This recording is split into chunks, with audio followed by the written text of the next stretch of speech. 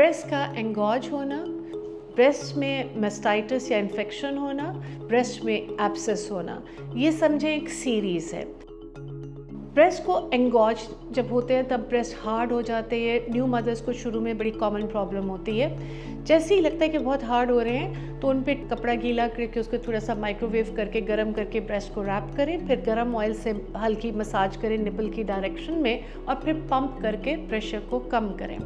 अगर साथ बुखार हो जाता है तो फिर वो मेस्टाइटिस यानी इन्फेक्शन की तरफ चला गया, फिर डॉक्टर के पास जाएं क्योंकि आपको मोस्ट लाइकली एंटीबायोटिक्स की ज़रूरत होगी। अगर एक लंप पेनफुल सा बन जाता है तो वो फिर ब्रेस्ट एब्सेस बन जाती है।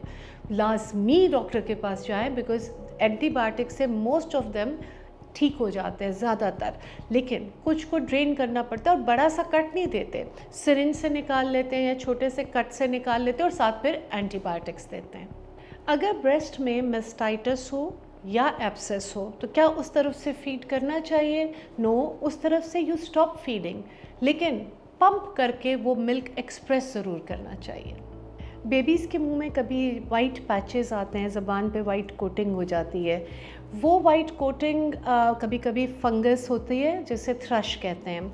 ये कैंडिडा होता है जो हर जगह होता है, बॉडी पे होता है। उसको जब मौका मिलता है तो फिर वो इन्फेक्शन करता है, अदरवाइज़ वो अपना बॉडी उसको फाइट कर लेती है। एक सिंपल तरीका तो ये होता है कि अगर हल्का सा बेबी टॉवल से टंग को साफ़ करें और वो साफ़ हो जाए तो वो तो जमा हुआ दूध होगा, पर अगर वो पैच है और उसके गिर्द रेडनेस है और बच्चा दूध पीते हुए तकलीफ़ में लग रहा है या वो फंस कर रहे हैं तो फिर डॉक्टर को दिखा लें, क्योंकि उसके लिए फिर वो लोकल जेल्स वगैरह देते हैं। मदर के ब्रेस्ट में भी अगर क्रैक्स हैं तो उसमें भी थ्रश हो सकती है, उसमें भी कैंडिडा हो सकता है, उसको भी ट्रीटमेंट की हो सकता है ज़रूरत हो। खासतौर पे अगर उसमें कुछ वाइट पैचेस हैं, ग्रे पैचेस हैं और उसको ख़ारिश भी हो रही है क्रैक के साथ, तो उसको भी एंटी फंगल कोई जेल वगैरह लगाने की ज़रूरत है। और उसके लिए इम्पॉर्टेंट बात ये होती है कि माँ ने उसको अच्छी तरह साफ़ करना होता है अगली बार बेबी को फीड करने से पहले। क्रैक निपल्स मदर्स के लिए, न्यू मदर्स के लिए जब वो नर्सिंग शुरू करती हैं एक बहुत बड़ा प्रॉब्लम होती है, स्पेशली फ़र्स्ट टाइम मदर्स के लिए। बच्चे को लैच सही तरह कराएं, सही तरह से वो ब्रेस्ट को, निपल को मुंह में ले।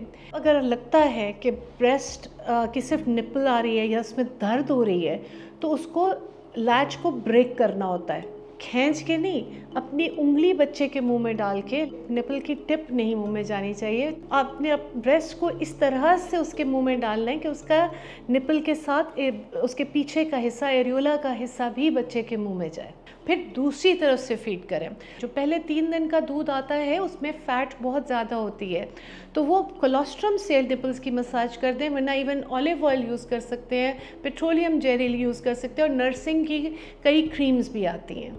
अगर आपको लगता है आपका मिल्क ज़्यादा आ रहा है तो आपको बेबी का वेट गेन बहुत ज़्यादा होगा और बेबी बार बार दूध मांगेगा इन स्पाइट ऑफ इट कितना ज़्यादा दूध आ रहा है। और जब वो दूध पीने की कोशिश करता है, शुरू में उसको गैगिंग होती है, खांसी होती है, चोकिंग होती है, क्योंकि वो एकदम बहुत ज़्यादा दूध आता है। सो अगर आप देख रहे हो कि ये चीज़ें हो रही हैं तो आप कोशिश करो कि दूध को पिलाने का तरीका फिर बदलते हैं। फिर ये होता है कि माँ लेट के बेबी को अपने ऊपर डाल लेती है ताकि बेबी आराम से अपनी मर्ज़ी से जितने प्रेशर से पीना चाहे पिए, या बेबी को फीड कराने से पहले कुछ पंप कर लेती है और इस सूरत में फिर एक वक्त में एक साइड से पिलाती है, फिर नेक्स्ट फीड में दूसरी साइड से पिलाती है। इससे ब्लॉकिंग हो जाती है और एक दूध की फ़्लो फिर कुछ मुनासिब लेवल पे आ जाती है ताकि बेबी अपनी भूख पूरी कर सके। लग रहा है कि दूध कम आ रहा है तो सबसे पहले अपनी न्यूट्रिशन का ख्याल रखो। कुछ टिप्स बताती हूँ। एक तो ये कि अपने आप को मेंटली प्रिपेयर करें कि आपने ब्रेस्ट फीड करना है। स्ट्रेस फ्री एनवायरनमेंट में बैठें, डिस्ट्रैक्शंस के बगैर बैठें, बच्चे से लाड करें, खेलें,